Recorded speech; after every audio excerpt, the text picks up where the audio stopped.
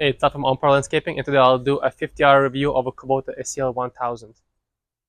First of all, we'll talk about the problems I had in those 50 hours. So the only really problem I had is one of the hoses for the water separator and the fuel got detached, and it was like just dripping and spilling a little bit here. But the guys took care of it as a part of warranty. Another question slash like concern I had, this grease point, they never took grease, and apparently it's because this one you can only grease it when the bucket is lifted up. Otherwise it's not going to take grease because the point is sitting too close to the metal. That's one thing.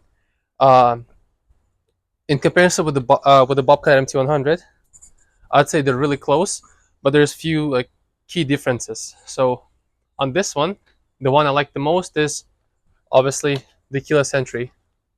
Here, you don't have a key, you just switch this on and off. You just off. Can't beat that, in my opinion. And the Bobcats don't have that now. Maybe in the future they're going to introduce that. Another thing that this one is not good at is because here it's only you can only drive it when you're standing on this platform. It has a safety feature built in. When you are riding, for example, and then like if you step off, you can't operate the machine anymore. It puts on the parking brake. So I find that very annoying because few times I got grounded up. So I was going uphill, everything lifted up, and then this hit the ground and just lifted. And the skid steer thought that I'm not on it, and then it's automatically stopped working. And then you have to go in the override feature, and it's very annoying, especially if you're loaded up and if you have load. Not very fun time. One of the other things I think this one is losing to the Bobcat is when you have the load in here and your bucket is raised. This one becomes super unstable and very tippy. This is a very big disadvantage, because especially when you have to load the bins and the trailers and whatnot. Not the most stable thing, but it is faster in a straight line than the Bobcat. And one more important thing that this one is losing to the Bobcat. So Bobcat has this bar all over, so it's very nice to hold on and everything. This one, because this is a telematic, so this one lifts and this one moves, so it just goes straight up.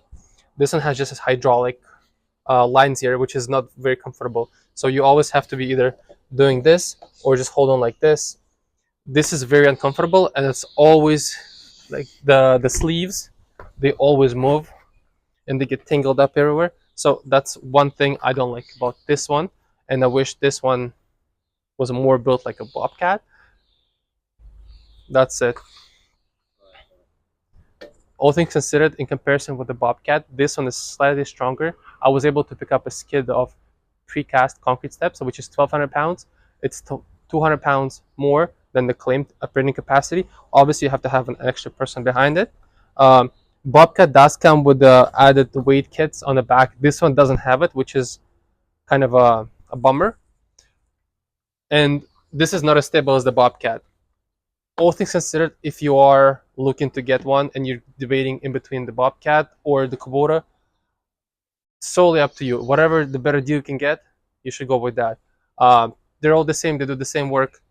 One of them has features, some don't. It's just they're all the same.